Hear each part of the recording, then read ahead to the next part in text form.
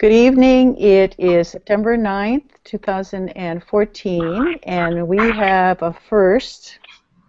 We have a guest via iPhone, and the guest is Gail Vannatta of Kamehameha, and she is going to tell us about digital citizenship. She does not have internet set up yet, so we're going to really go directly to her. I'll tell you really quickly who's on beside me. Michelle Colte, a regular from Hale Kula Elementary. She's a super duper librarian.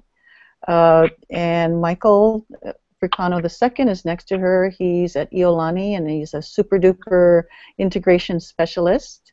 And Holly Gates of Haiku School here on Maui Elementary, and she's a super duper librarian. So we have super duper people, including super duper Gail Vannatta, who's going to talk about digital citizenship. So I'm going to start sharing as you talk, Gail, okay, great. And you just tell me what to do. So what we're going to do is start off at the Kamehameha School's website. So go ahead, Gail. Oh, thank you. So if you want to ever find out what's going on at our school, I'm from the Kapalama campus, and we have a Maui campus and a Big Island campus. And at the middle school, what we've been trying to do is incorporate our character education into our advisory program, which is a middle school component that we have. And one of the big strands that we try to run is digital citizenship. And so if you come to our homepage, you can click onto where it says Student Life, Student Activity, and that would lead you to where our advisory program curriculum used to live.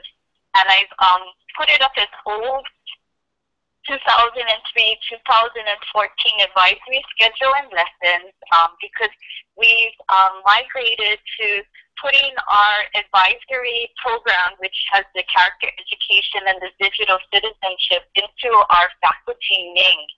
Our faculty is on a Ning page. Pretty much everything lives there, and we just decided to do it that way. One, to have teachers be more responsible. Sometimes, sadly, our teachers are not locating things, and so it's just easier for us to have it on our Ning site. But I left this and labeled it old so that you could see what our prior activities and lessons look like.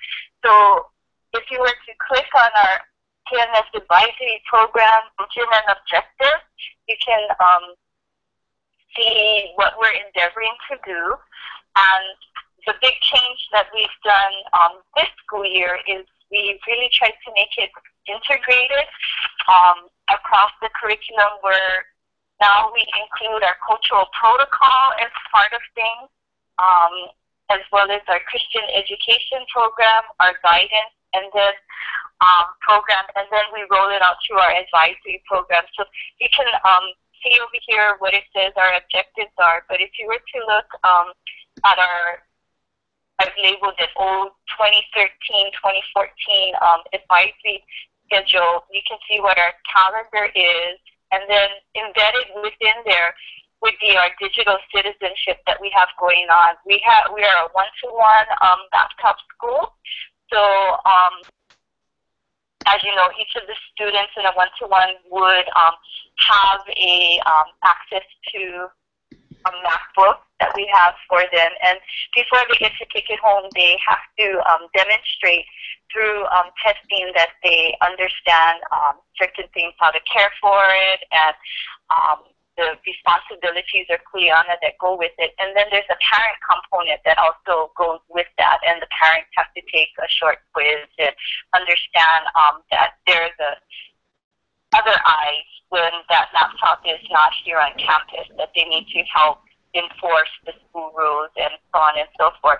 And embedded within our advisory program are digital lessons. So there's periodic times where we will stop everything, and it's like a random check of the laptop to look for infractions. And so our technology resource person, Renee Taraoka, would come up with those particular things that she would want to look for at this point. And as a school, it's unannounced. We'll say during advisory time, we're going to look for, are you taking care of the computer, or looking at your past history to see how many sites that you visit that you weren't supposed to be going to, how many things do you have downloaded onto different things on your computer. So, there's random things that we'll do, but periodically we'll also reinforce things that they're supposed to be learning about being a good citizen. So the digital citizenship would have components that would include, is it okay for you to download things? So we would come up with a lesson, and Renee predominantly would be driving that and distributing that out during this time. So there may be a lesson on downloading things, and then a short quiz for the kids to take, or for them to act out some kind of skit that would go along with maybe even cyberbullying or something. And then sometimes we have them go ahead and extend the lesson by going home to teach it to their parents, and then having their parents sign off on things. So it's kind of a neat program. I think that it helps us, the digital immigrants, see the digital immigrants learn things, as well as the students. We're trying to reinforce specific values for them, like Kuleana, your responsibility, Ko'ihi, showing respect, and just relating it back to the values that we have. So that's basically it in a nutshell. And on here you can peruse through here and look and see what lessons. Pretty much there's a digital lesson twice a month, and sometimes more, depending on the issuance of the laptop, or as things arise. Lessons can be created and embedded within this time. Neat. So I don't know anything else to say other than it's a real COPCO effort. It's a group effort. We have a committee that we work together, and then, as I said, this school year we're rolling out something different, in the sense that it's really integrated interdisciplinary with the Christian education component, our guidance / counseling component. We always had the cultural, but we do a cultural protocol at our school where in the bookends of the week, whatever is the beginning day of the week and the closing day of the week, we will have Oli, Pule, where we pray, and then there's a message. But all of that needs to relate back to what we've established as the character education group. So it's sort of like weaving it in through the different classes that they go to, and then advisory, and then those cultural protocols. So hopefully what we're looking for is that the child, our students, would hear it multiple ways, in multiple classes, and hopefully it'll stick and make more sense, not just a one standalone thing. Neat. So how old is this program? And two questions. How old is it, and how did you formulate it? Was it a group of people who came together, or how did that work? Yeah, thank you. It started with our advisory program, and people who are familiar with middle school know that advisory, the concept of having an adult advocate for each child, so that the child has someone who can advocate for them, someone that can mentor them, is a real middle school component. And so when we became a middle school, about even before we formally became a middle school, this has probably been going on for 15 years or so that we've had an advisory program. We at one point had pretty much all of our staff tribes train. I don't know, some of you in elementary might be familiar with tribes. Jeannie Gibbs, who resides in the Windward side, started tribes. And it's just a really neat thing to help bring community to a group of students. So we have 320 students in a grade level. Our middle school is grades 7 and 8. So the concept of tribes and the middle school philosophy of advisory is to make the bigger community of learners, the 320 that we have in our grade level, into smaller communities so that the children don't get lost. So our advisory is typically about 1 to 12, 1 to 15.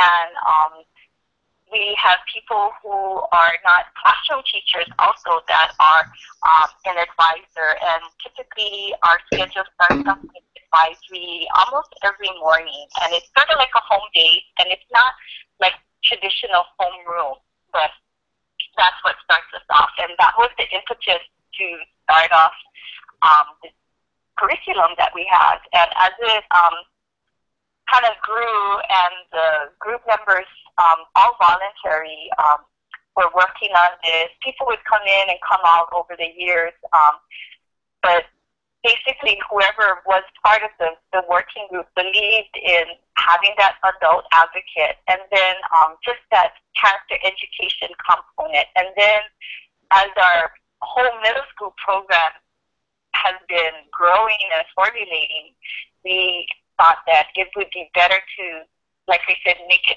stick by making it more interdisciplinary. So the digital citizenship component to it, as we become a one-to-one laptop school, we saw the need for that also. Our one-to-one laptop is in, I believe it's year 7 right now for us. And Renee Taraoka was one of the key members for starting our tech task force. And what do you do to have a one-to-one laptop program? I think people from Iolani have come to see what Renee and her group have done to go ahead and get that started. Like, what do you do? How do you implement it? Do you have a guidebook? These things. So it's kind of more from that happening with us, and then putting it into this where we're trying to make sure that each child does get the same curriculum, and where would it live. So it kind of came into this advisory time, and then now it's migrated out to, we found that guidance and counseling during their time, when they have the children, it's once, their cycle is once every 9 days. They will have, see a group of like 35 kids. So they, within the 9-day cycle that they have, they will see all of our 640 children. So there we're doing things that we were doing in our digital citizenship, for instance, like bullying, you know. So then we said, hey, why are we duplicating? Why don't we try to build? So what we do in the advisory program is lay the groundwork, and then they scaffold off of it. So we had to really sit down and look at each other's curriculum and say, what do you teach? What is essential? So we have right now 4 essential things that we want to teach the children about. And again, the digital citizenship, because one-to-one laptop, we find a lot of the infractions for discipline come out from the laptop, sadly enough. So just giving them more, I guess, understanding of how to appropriately use this really cool tool that they got. Wow. I'm amazed at how much collaboration is necessary, was necessary to get to the point where you are now. Years and years. Yeah, it's not easy. I'll be, really candid. This school year, as we are rolling out now this really interdisciplinary, and we knew going through this, it was, we're going to have to change, but what happens is people are arguing and saying that no, we shouldn't be starting here with this lesson. We need to have this lesson first. And so, okay, so we come to an agreement. Yes, we agree. But then when it does roll out in the beginning of the school year, people are complaining, you know, like, hey, why are you having this as a lesson right now? And it's like, because that's what you were paying for. So I mean, it's a real work in progress, and you gotta have a tough skin when you roll something out.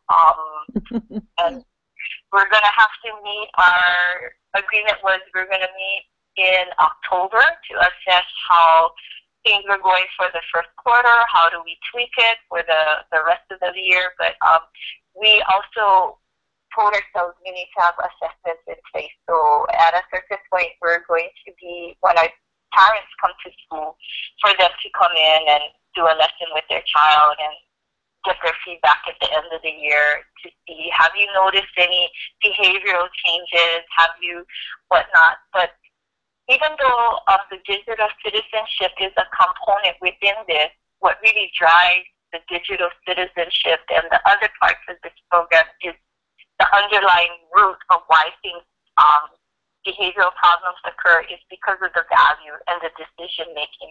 So at the core of it really is for us to teach values that we feel are universal values so that they can be globally minded citizens and then become productive in whatever community they choose to reside in, the community of work, the community of school, you know, or within your familial community. It's the values that we're trying to teach because those are really the root of why you do whatever it is you do. Wow. I'm curious to know now, do you have planning time for this embedded in your day, or is this extra work that people, how does that work with you? For us, it's extra work. Our school has been generous to us that they will, so Renee and I will put in for a curriculum work request, and we have to go through a process of this is what we expect the end product to be. These are the people who will be involved. This is how many work hours we think. And the school will pay for these individuals to come in, but primarily it would be during their vacation time when the school is not open. And then there's meetings that will try to find time throughout the year for us to kind of assess. It's a hard thing when we've had a layoff too to get back into that mindset because we're putting everything onto our curriculum map also, and it's sometimes just to get back in, like, okay, where were we, what did we, so it was really instrumental for us to come up with just essential components, looking at everybody's curriculum and agreeing that, okay, these are the things that, you know, we want in there. And again, we'll have to revisit it and change it, but it's a lot of, it's like a labor of love, I think. Well, it seems like you're on the right track, in my opinion, with the values at the center. Well, we hope so, and part of our goal is that we would work closely with the vice principal. You know, typically they're in charge of discipline, and our hope is that as particularly being the one-to-one school that we are, that with the digital citizenship lessons that we have, we would see a reduction in, for instance, laptops being left unattended, which is an infraction, and you could get detention for it, or to the other scale where the screen is cracked and clearly it was because of abuse or misuse. So we wanted to be able to make those inferences that the impact is having a reduction in the negative types of behaviors that we would see. So that's one of our long-term goals, to see if we can make those correlations. But the vice principal is also comes in and out of our curriculum work that we have. And so it's kind of neat to have that support that way too. Neat. Okay, does anybody on our panel have any questions of Gail? I'm going to try to get the sound so she can hear you. For Gail? No questions? Well, I had a comment. I just think it's really neat as I was scrolling through the different lessons. I really like, too, that you're gathering feedback from the students using a Google form. And I loved the questions because it's asking, those advisory type questions where do they feel comfortable with the adults and with their peers. And I think it just seems like the perfect place to implement this digital citizenship. So this is really exciting to learn about. Thank you. Well, thank you, you folks. And it's encouraging for us too, because as I was saying in the beginning of the year, Renee and I particularly were scratching our heads like, oh my gosh, isn't this what we agreed to as a group? And we're getting a pushback from our teacher peers, and then the ones that are on our committee, and it's like, hey, you guys are on the committee, So it's good to hear encouragement from an outside lens too, that okay, we just need to hold on, we need to just keep persevering.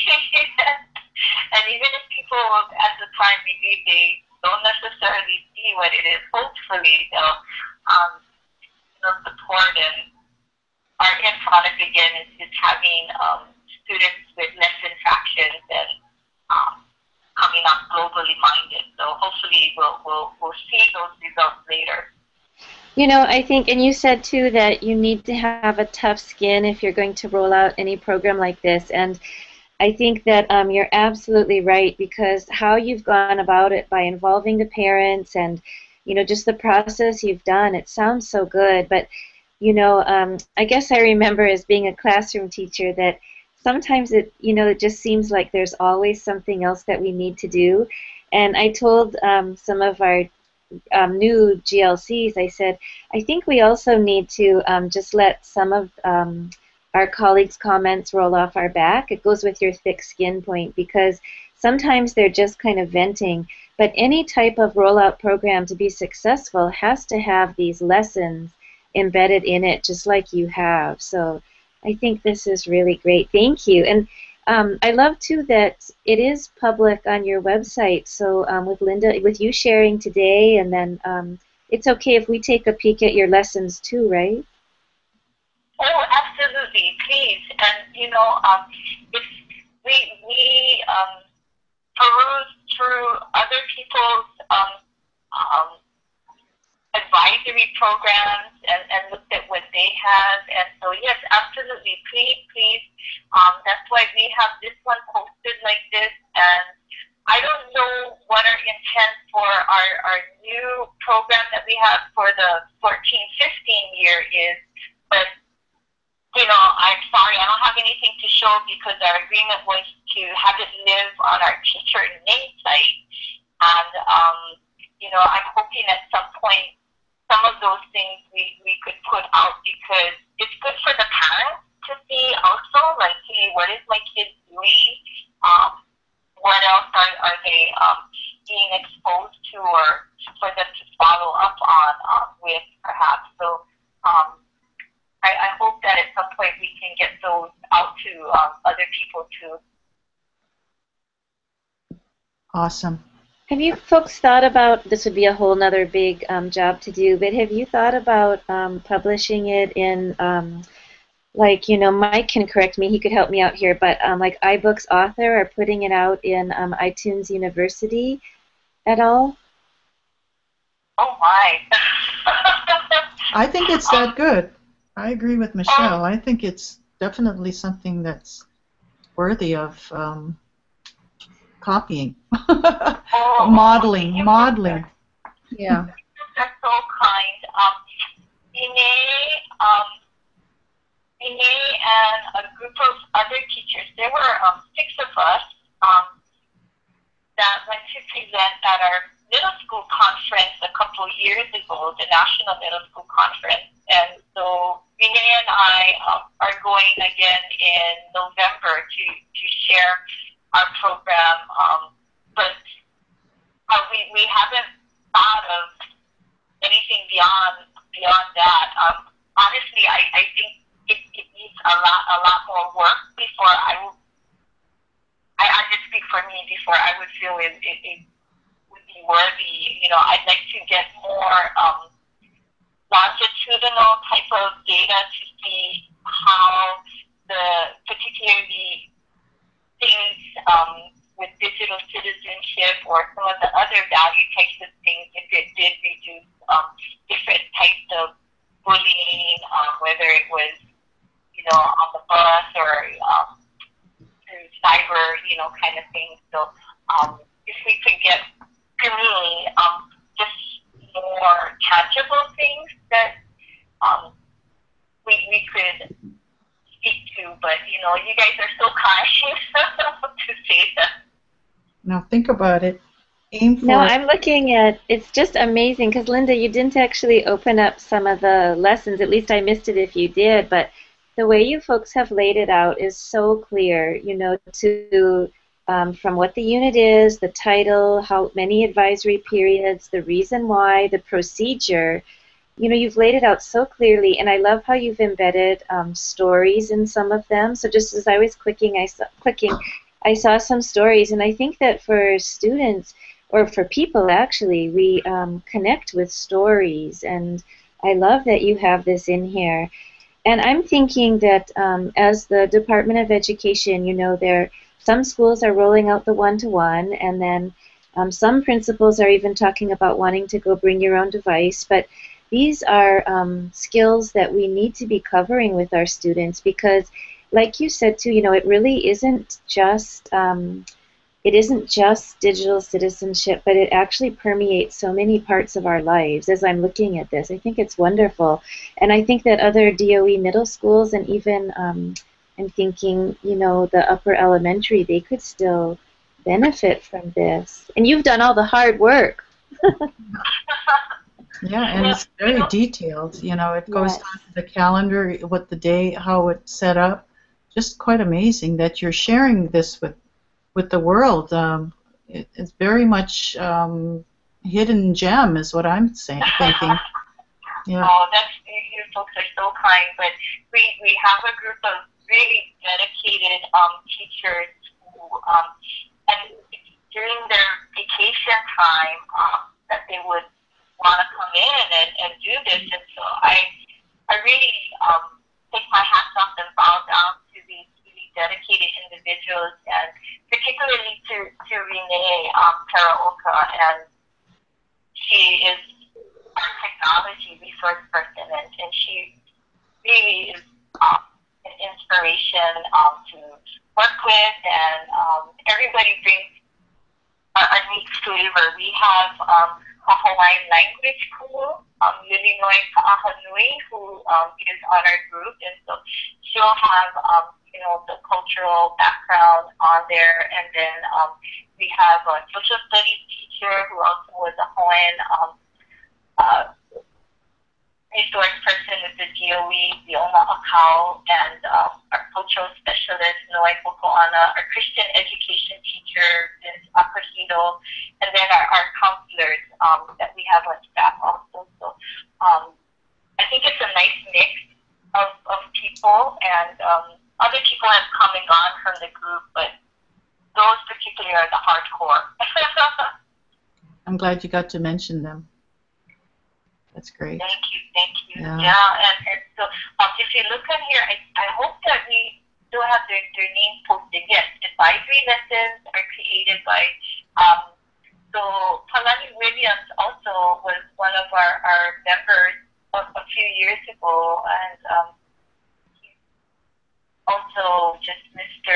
Middle School. But these people particularly have been in the trenches for a while doing this work, so you know, I want to make sure that everybody knows that it's really a couple effort, and I really bow down to tremendous educator.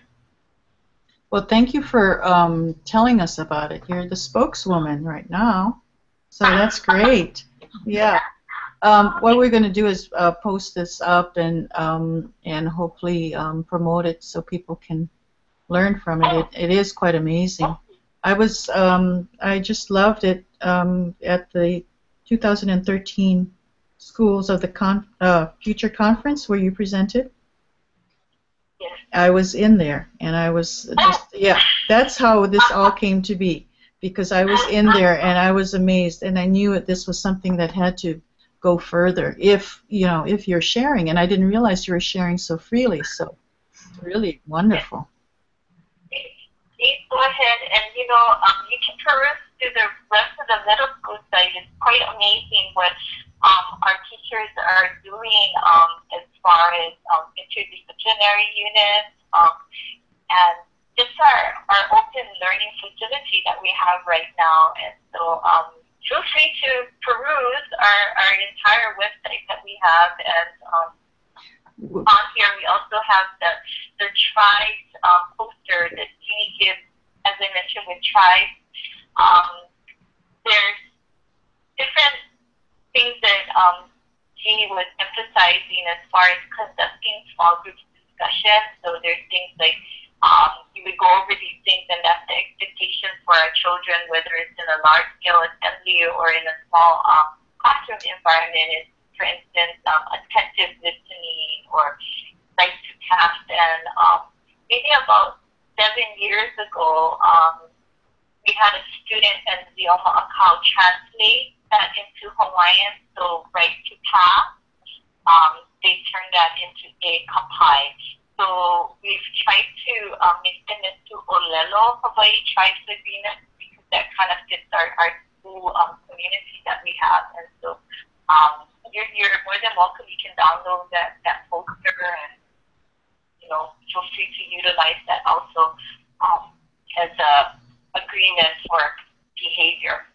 I really like that you have a leave a reply, so you have interactive.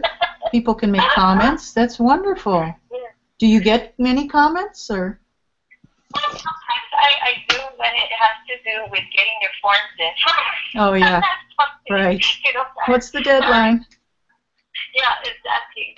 But this is our website that we have for student activities, the blog site, and we're sad, and this is just a side note, that because of the hurricane, we had to postpone school one day, as many schools did, but that was our orientation day, and what my students during the summer came up with was a divergent theme, so little librarians, we would be happy with that. Yeah. And so they read the book and everything, and I was just like, oh, shucks. But it would have been, divergent, face your greatest fear and conquer it, but anyway. Divergent. So that's why that's up there. Yeah. That's very cool. So hopefully our kids will become divergent. And I see it's updated. August 15th was the last time for this particular one we're looking at, student government elections. So this is very well used, I imagine. Well, I try to put up things as the activities coordinator, things that are going on, and elections for us right now, and I've been in and out on just different personal things, so I'm hoping to get back up on getting more active on updating things on here, but oh my goodness. Well, hopefully everything goes well for you. Oh, thank you. Personally. Anybody else have any questions of Gail? Okay. Thank you so much, Gail. Via iPhone. It's a first for us. We did have a momentary iPhone conversation with a student in Europe, but this is the longest one we've had, and very much appreciated. Oh, well, thank you so much, and I will let for people on our committee, particularly Renee, who was doing some of the communications, know that we had a chance to chit chat, and Renee is actually at a conference right now, so stateside. But so thank you so much. So we may be calling on you. Don't be surprised. We'll try not to. And vice versa. We may be calling on your phone. Oh. I'm associated with the Hawaii Association of Middle Schools, and we're always looking for people to present at our conferences or at a workshop. So Michael will do it. You know, or maybe we can. I don't know if you folks are familiar for the Dewey folks with Chad Nakapoi. Yes. He actually comes. Okay. He comes on our show. Oh, okay. He's semi-regular. Okay, there you go. He's retired. No, I'm kidding. You know, maybe I'll drop the ball in Chad's here because he's been what is his name? Brendan Brennan. Yeah, from University Law School. Right. The two of them have been doing Google workshops for us, so maybe we're going to have you to show how you're utilizing the hands-on as a professional learning community. That'd be like really cool. I would love to, and I know Michael would love to too, because he and I are the conference people. Michelle's busy being school librarian of the year. She has to with her Kula people. But she's open too. I'm guessing if you bribe her, she takes $1,000 increments of bribery. But you know, I think that'll be something cool. So next time I see Chad, I'll drop that in his ear because typically we'll have some kind of workshop that we try to offer for middle level. But I think like how you guys are utilizing the Google tools, that is cool. Sure, would want to imitate you folks. We'll be happy to consider it for sure. Thank you so much. Thank you very much, people. Okay. Have a great evening. All righty, you take care, Gail, and thanks for coming on again. It was a fantastic presentation. Lots to learn. And really appreciate the generosity that it's all online for everyone to see. Yep. Oh, no, not at all. It's our pleasure. But thank you so much. You guys are unreal awesome. Thank you. Okay, you take care. Thank you. Okay, bye-bye. Bye-bye. Okay. Let me plug in here. Okay, we're about 20 minutes to the hour, and we weren't sure that Gail was going to come on, but she did, so that was awesome. And we had a show and tell planned, which we're going to do a little bit of today. We'll start with Michael. I think he has something to share with us, and maybe I'm guessing that we'll do that tonight, and then next week we'll continue on with the show. And actually, we won't because Amy Berval is coming on. But in case she does not come on, we will do the show and tell. So is that okay with all of you if Michael goes and then we'll it won't take that long. Postpone. Oh, okay. So maybe Michelle could go too then. Yeah. We'll play it by ear. Okay. Thanks, Michael. Yeah, sure. So I think I'm just going to share the this weekend's GIE Summit. So the screen share here. So I don't know about the rest of you. Oh, actually, Linda was a presenter as well as myself. But this past weekend was the first Google for Educate. Well, it was an online summit featuring Google for Education, presented by Q and the Learning Revolution Project, who are responsible for other online conferences like the Global Education Conference, the last year's Global STEMX Conference, the upcoming Gaming and Ed Conference, and there's a whole bunch of online conferences that the Learning Revolution puts on. But yeah, they held, I think is the first ever online summit featuring Google for Education, utilizing live Google Hangouts on air that were also recorded and archived. And it was a really great conference. There was, I think, over 40 sessions and keynotes, I believe, in the numbers. And it was relatively cheap. It was $40 to register, but to register for the conference, you paid $40, which actually got you a 1-year Q membership. So that was a pretty good deal. Now, after the fact, you can go back and purchase the video archives of all of the Hangouts for $40, but that does not give you the Q membership anymore.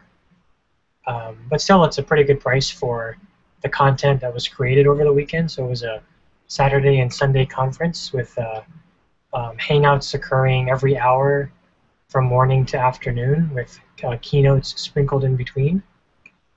And let me pull up the list of keynotes. Let's see here.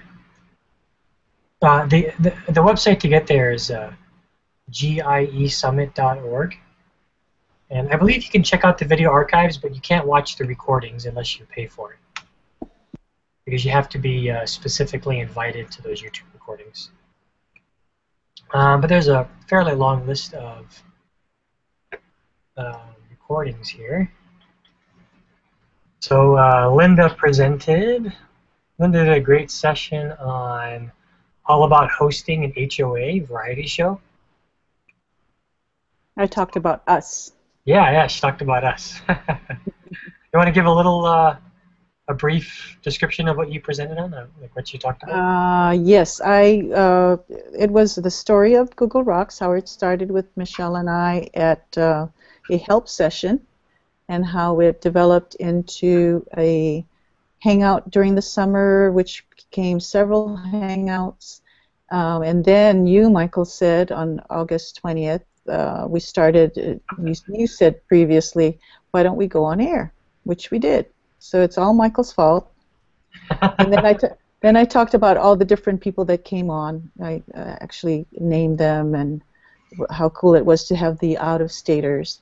And then I did a little technical how to do a hangout.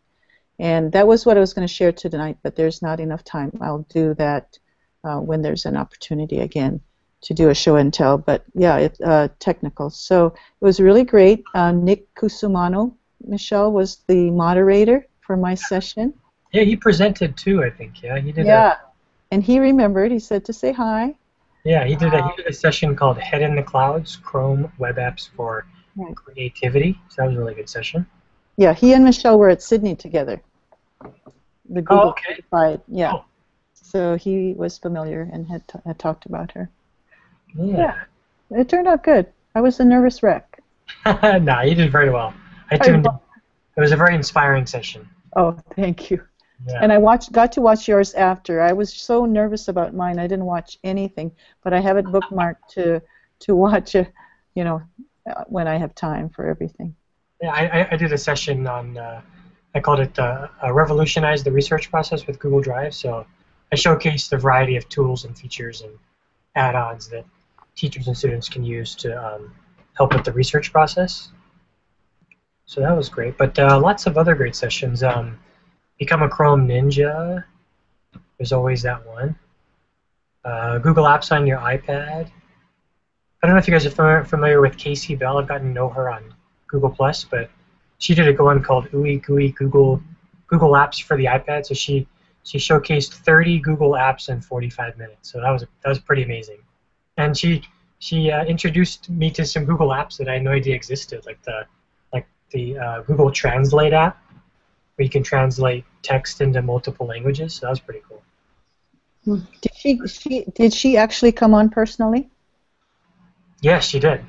Oh, cool. I'm going to have to check that out. I always wondered what she looked like. Yeah, so did I, because like she just has the cartoon icon and everything, right? Yeah, so she has a Tinkerbell for Casey Bell, I guess. Tinkerbell?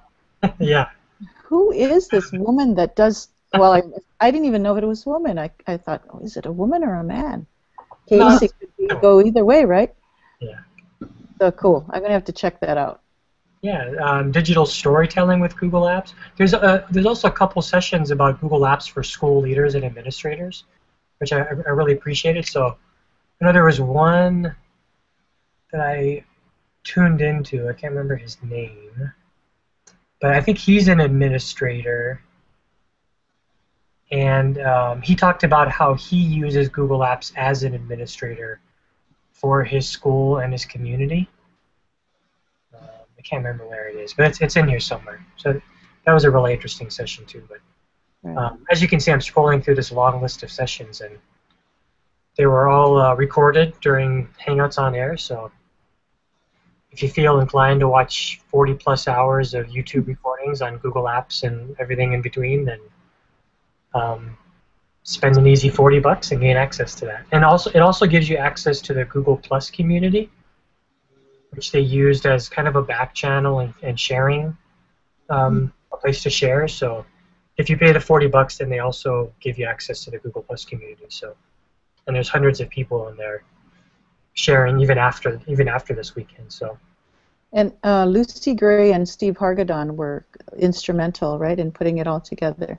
Yeah, they were kind of in the forefront as the moderators and the organizers. I mean, there's a whole team of people from Learning Revolution and Q and a whole bunch of other people that were involved. But yeah, it seemed like Lucy Gray and Steve were kind of the people at the forefront, kind of sharing and updating everybody.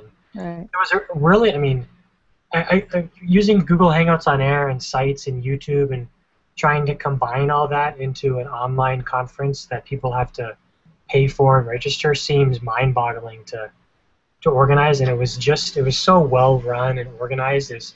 I was really surprised at how well done, and how well organized it was. So they did a fabulous job on keeping everything together. Right, and you didn't have to go, as a presenter, you didn't have to go searching for the link. They say, here's the link, and there you are on the broadcast. Yeah, it's super easy for presenters. I thought that was brilliant. Yeah, definitely. They're getting better and better at it. Yeah, and hopefully we have another one in the near future. Neat. Yeah. Well, coming up by them, I think you mentioned it on September 15th is gaming and education, and then the first week in October is the Connected Librarians, and then in November is Global Collaboration. And I know Lucy Gray is Steve Hargadon and Lucy Gray are involved with all of those, but I think she especially with the Global Collaboration, I think. The global education, yes. Yeah, the global education. And it's international, around the clock for, I don't know, I think about 5 days. It's like a week. Yeah, November. It's amazing. Yeah. But I don't think for those conferences we pay. I thought those were free conferences. But it's done through like Blackboard or Illuminate or something. Yes, that's right. Yeah. So they use a different service to. They do. Yeah, this was the first time I was involved with a paid setup. Yeah, I mean, I think it was just an attempt to get more Q members, which, I mean, I think Q is it's a pretty good resource, and the membership is worth the cost, I think. So. Yeah. It was really interesting. Yeah. Interesting model, and of course they do spend time at least. I know they're not making a bunch of money. Oh yeah. Yeah. Labor of love, just like the Kamehameha Digital Citizenship Program. Jody made a comment on that. But it's really changing. If you think about it, $40 just isn't very much money at all, and you're able to access so many more sessions there. I mean, that weekend, and then even now after the fact, virtually, many more sessions than we can access at Schools of the Future, and we're paying so much more money to attend. And I realize it's because they have to rent the facility. It's just different. But I think that model of virtual conferencing is really great. Yeah, I just don't know if all of our teachers are ready for that yet. So I guess we're still doing face-to-face. I mean, you take like this online summit for $40, like you said, with all these recordings and the ability to access it after the fact, and compare that to these Google summits that come to Hawaii and travel all over the world, which are great in themselves, but after that conference is done, you really don't have access to the content as easily as you do with these online summits. So I've been thinking long and hard about these virtual conferences and how they're growing and gaining momentum, and it's really interesting to see what's happening and what's in store for the future. Right. Well, ideally, we have both. I mean, I like to go to conferences to see the people in person. Yeah. I mean, there's definitely something to be said for face-to-face versus virtual. But then once you do get to know them, I know I have quite a few people I get to know them through the conferences, and then we're like lifelong friends via Facebook and Twitter and Google Plus, carrying on, because we can't all be with each other all the time, and we're learning from them as well. So, and it's actually prized when you get to meet them in person. It's huge. Yeah. Which is going to be us in November. We're going to see each other. Okay, we're heading toward the hour, so I think we'll stop with the. Anybody have any sharing of coming up? Michelle did some. Anything coming up or anything quick that you want to announce? Let me double check really quick. Oh yeah, there is. I posted earlier that camp sold out. And it did sell out. Well, somebody unregistered themselves, so now we have one ticket. Oh. If anybody hasn't registered for EdCamp, there's one ticket left on the website. One ticket. So sign it up before it's gone, otherwise there's no more seats left. EdCamp, November 8th, following Schools of the Future at Midpack. Hey, Mike, I was wondering if you folks purposely limited the size again, or I don't know if you can speak to that. I didn't hear how many tickets were available. Yeah, we're limiting the size due to the facility mainly. Mm-hmm. It can't house more than about 100, 150. Okay. Yeah. Well, that makes it kind of cozy and manageable too, Yeah. Yeah. Are you gonna go, Michelle? Yes. Yay. All right.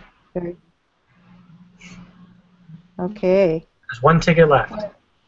Still there. I just checked 30 seconds ago. Wow. Well, Linda, there's another neat thing coming up on Oahu. You probably saw that I shared it. I think it's really neat. The Pacific Aviation Museum is hosting Graham Salisbury's book, Under the Blood Red Sun, the premiere of the movie.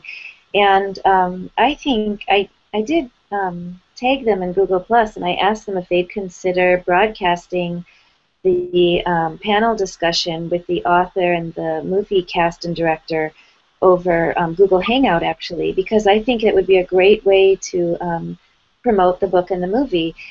They haven't replied to me, so I'm not sure if they're not really sure what I'm asking, but they have a Google Plus community. They're on Twitter, and they're responsive, so I might try again. But yeah. I'm noticing that many museums and institutions are posting in the connected classrooms and inviting, classrooms to kind of take a peek and see what they're doing. And I think it'd be great for Pacific Aviation Museum to do that too. Oh, yeah. Oh, that sounds neat. I haven't looked at connected classrooms in a while. I'll have to check it out, see what they're doing. I wanted to mention, Michelle, that you put something up on the Kula community about their Tech Tip Tuesday. We actually have a similar program which we're starting this year, or I started it last year, but it fell through because my dad got sick. But anyway, we're going to have a Tech Tip Thursday, but once a month. Do you have yours once a week, your Tech Tip Tuesdays? We've kind of moved to once a week, and the really exciting thing is that today the principal was in the room after it happened, and she was talking with us about something we need to do for our educator effectiveness system, and other teachers who were there said, oh, you should definitely use, this Tech Tips Tuesdays because, and then to hear this next part was really fun. They said, you're doing so many more of them, and so many other people are presenting, and you have food, and this is really good. And I thought, well, I'm really glad they're so enthusiastic. It's only the third one this year, but it was just really neat to hear their perspective. And it's true, I think there's so many other teachers who are stepping up wanting to share, and I feel that that's a real testimony to our principal's vision and to the support the teachers feel they're getting from, Megan and Rachel and myself a little bit too, and even from you, especially from you folks, Google Rocks and EdTech Mixed Plate, because we have educators at our school who watch these too. So I just think it's really exciting. That's neat. It sounds like a culture of learning, which we're trying to build at our school as well. Sounds like you're a little bit ahead of us in that fashion. Although we do other things too, not only tech. So, yeah, that's awesome. Just wanted to let you know that we're on the same, kind of on the same level, starting off and doing the same things. So we'll see what happens with that. And we're aiming to get more teachers involved. Actually, I'd love to have the students come and teach. Oh, yes. But, hey, I think you're actually leaps and bounds ahead of us in many ways because you had that amazing TEDx youth session last spring. Wow. No, Amazing. I just tagged on to Jasmine. Okay, Jasmine, we're going. All right, I'm there on her coattails. Yeah. But all the kids involved and then the true That was collaboration there, that's just so spectacular. It's that exciting. was amazing. That was amazing. Okie dokie, another wonderful show. We love our shows. So next week we are aiming to have Amy Berval to talk about how she has a very unique take on getting her students to be creative, and we're still on as far as I know, but if she does not come on, she does have a busy schedule, we'll do a show and tell, so definitely we'll meet next week for sure. And hi, Anne Tarigi is here. And so is Holly, you heard from. Jody is kind of there, I think. She must be listening. Hi, she's on our chat. And she mentions thank you to Gail. She's shy, she's saying. Okay, all right. We'll let you. It's fine. You don't have to be on the video. If you're participating, that's all we need. It's very, very cool. Okie dokie. We will see everyone next week with another wonderful show. Thank you so much for coming. And Thank aloha. you. Bye. Aloha, everyone. See you next week.